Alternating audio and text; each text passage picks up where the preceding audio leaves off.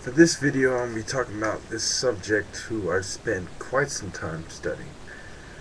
And they did not give me permission, this person did not give me permission to give you his identity, but to tell you his story. He grew up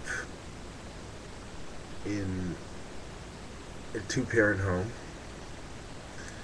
and all of his life they were very controlling, and they were stressed out from, I would say, overexerting themselves, biting into more than they can chew. And they would take it out on him, especially his father. And there was a lot of high expectations. So the state of mind that he was put in from a child was, you're not reaching my expectations, you're a failure. So he's constantly thinking of himself as a failure, but he feels he can do better. And he feels that it's not fair that he's a failure, and that he doesn't understand what's wrong.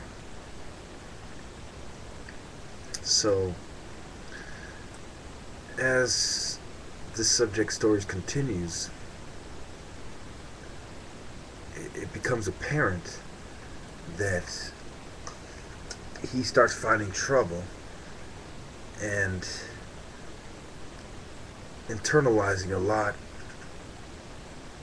of his distress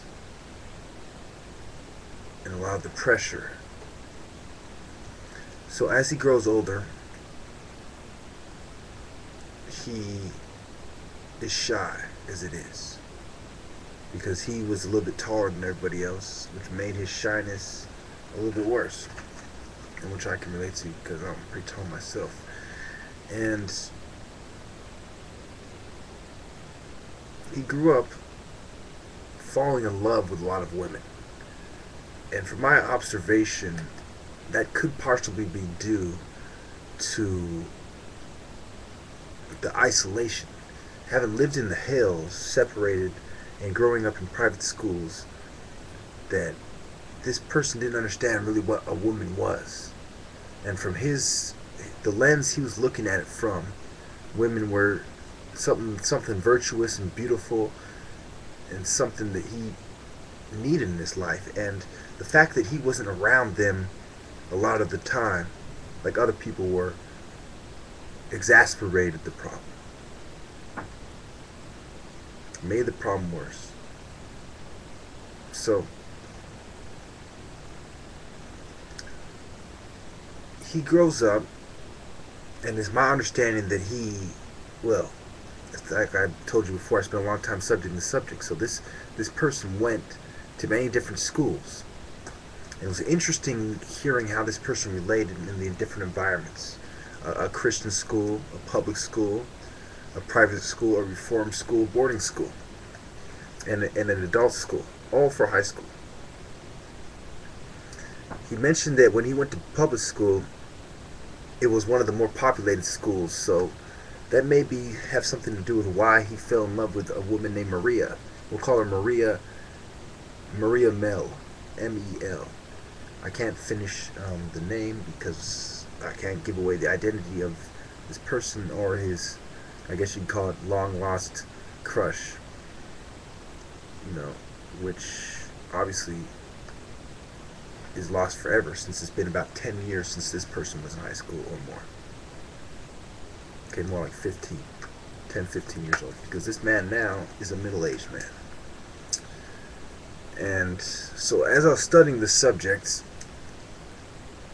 it became obvious to me that the difference of his race played an issue in the different environments, as well as his height and his shyness and the pressure, his family pressure at home, as well as broken hearts.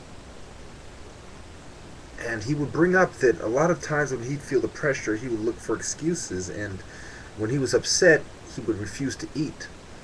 So this man, although he looks very strong in this picture, that the weight that he put on happened after. Okay, he put on that weight and muscle after his heart was broken. But he was already working out a bit. Okay, so we see the evolution of the state of mind. We see the changing environment. As I studied this person, I realized this person did not have a mental disorder. He had a disorder that came from the different environments that he was in. As his understanding increased, so did his outrage and his anger. And as he was expressing himself and his passion, see, as his anger got greater, so did his passion for women, and so did the desperation he felt, feeling that he was ugly and couldn't get women. And this picture actually doesn't do him justice, because at one point he was the new kid in school and a lot of women liked him. It seemed all women liked him but Maria M. E.L. And he prayed for this lady a year ahead of time. He saw her at his first year going to high school, prayed for her that he'd have a chance to meet her. The next year he's in her class, in her physics class, and the professor knew his father. So when he was rejected by her, it made it all the more worse. And when her father called his father, after he had stuck up for her, when his friends were looking at, her body, whatever, and whistling and stuff like that, he said, tone it down, don't disrespect a lady like that, etc. So feeling the betrayal of not being given a chance, feeling that it was unfair, but also accepting that it was a possibility that he would be rejected. This spun this person to a state of mind that it was like, it was like an exponential, his pain became exponentially worse, because he was already feeling the family pressure at home, already been through the different environments. The public school is one of the latter schools that he attended as in high school. So as he goes on, he attempts suicide. And this is when his family steps in a lot more, and they start giving him pills. And they say, your problem isn't that you have a nutrition problem at home. It isn't your different environments. It isn't you feeling like you're a failure ahead of time before you had your heart broken and feeling the pressures of hanging around gang members and other students at school, which, that's what you find in public schools that you don't find in other schools. And on top of that, him being a young African-American gentleman led to his fascination with gangs. So he was susceptible to hanging out with gang members. But having been from an upper middle class African American family and not from your typical African American family, which is a single parent home from the lower class or lower middle class, he was not quite within his demographic. So he was in an environment that was not his native environment, if such a thing existed. So as women after women broke his heart and labeled him strange, it goes back to the environment his parents put him in that made him react a certain way, that made him appear strange to people. And so this woman with no heart at all didn't hear him out. Her father called his father, and whether it was about race or an overprotective father, he made it clear that he was going to call the police if he tried to talk to his daughter anymore. At this point, it gets kind of vague with the subject's intention. Whether he intended to keep talking to her, or whether he intended to give up on what he perceived as a sign from God to go after this young lady.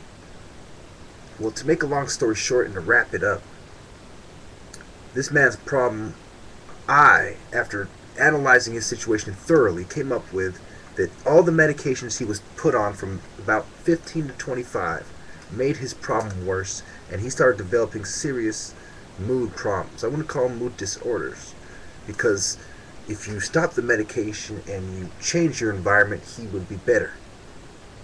And that is what this man needs. He needs peace from those women, and he needs to change of environment, not pills. Thank you.